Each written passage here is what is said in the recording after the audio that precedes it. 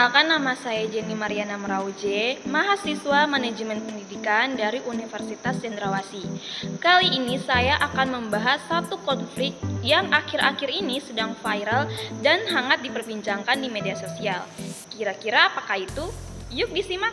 Belakangan ini media sosial diramaikan dengan tagar kabur aja dulu. Hashtag kabur aja dulu lagi rame banget, lagi viral. Pernahkah Apakah kalian ini- dengar tentang tren kabur aja dulu? Di tahun 2024, 3 kata ini menjadi viral dan memecah belah Indonesia. Di satu sisi, banyak jutaan anak muda yang ingin meninggalkan Indonesia. Sedangkan di sisi yang lain, banyak yang menuduh mereka tidak cinta terhadap tanah air. Tapi tunggu dulu, ini bukan sekedar drama media sosial. Ini adalah konflik struktural yang dapat mengancam masa depan Indonesia. Mari kita bongkar apa yang sebenarnya terjadi. Jadi, apa sih sebenarnya gerakan kabur dulu aja itu? Ini adalah gerakan spontan dari generasi muda yang merasa sistem Indonesia tidak memberi mereka ruang untuk hidup yang layak. Mereka bukan malas atau tidak nasionalis, tetapi mereka adalah lulusan S1 yang 6 bulan belum dapat kerja, pekerja yang kerja 12 jam sehari tanpa work-life balance, talenta berbakat yang kompetensinya kalah sama orang dalam. konflik ini melibatkan 4 pihak utama. Yang pertama, generasi muda. Mereka ingin hidup layak, sistem merit yang adil, dan kesempatan berkembang. Yang kedua, pemerintah. Mereka khawatir brain drain, tapi responnya kalian tidak bersyukur, tidak nasionalis. Yang ketiga, kalangan konservatif. Mereka menyerang dengan guilt tripping. Negara sudah biayai sekolah kalian, masa mau kabur? Yang keempat, sektor swasta. Mereka kesulitan merekrut talenta karena banyak yang sudah angkat kaki. Dan beginilah konflik dimulai, bukan dengan solusi tapi dengan saling menyalahkan.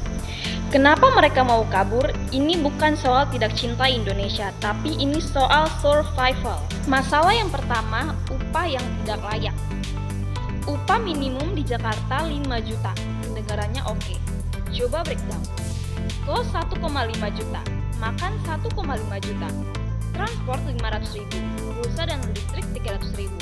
Sisanya 1,2 juta. Untuk apa? Untuk nabung, darurat kesehatan, atau entertainment. Sementara kerja yang sama di Jepang, gaji 30 juta sebulan, fasilitas lengkap. Masalah yang kedua, meritokrasi yang lemah.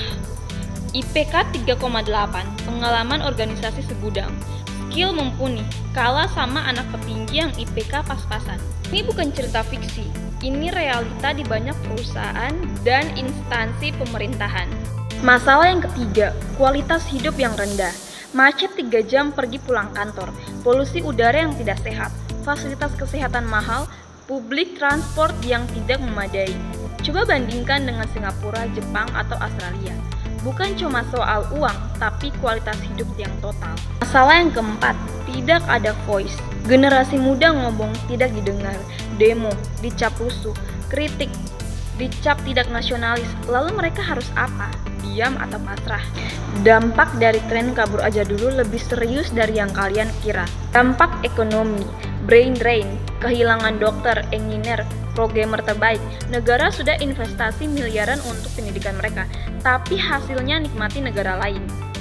Dampak sosial, keluarga terpisah ribuan kilometer, anak tumbuh tanpa kenal budaya sendiri. Dampak politik, legitimasi pemerintah dipertanyakan. Kalau negaranya bagus, kenapa rakyatnya pada kabur?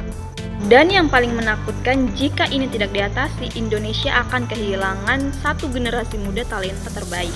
Jadi apa solusinya? Apakah kita harus pasrah? Tidak. Tapi solusinya bukan retorika nasionalisme kosong. Yang harus dilakukan untuk pemerintah, dengarkan bukan judge, reformasi upah, living wage yang real, tegakkan meritokrasi, zero tolerance untuk nepotisme, tingkatkan kualitas hidup, infrastruktur, kesehatan, lingkungan, buka ruang partisipasi, biarkan anak muda terlibat dalam keputusan.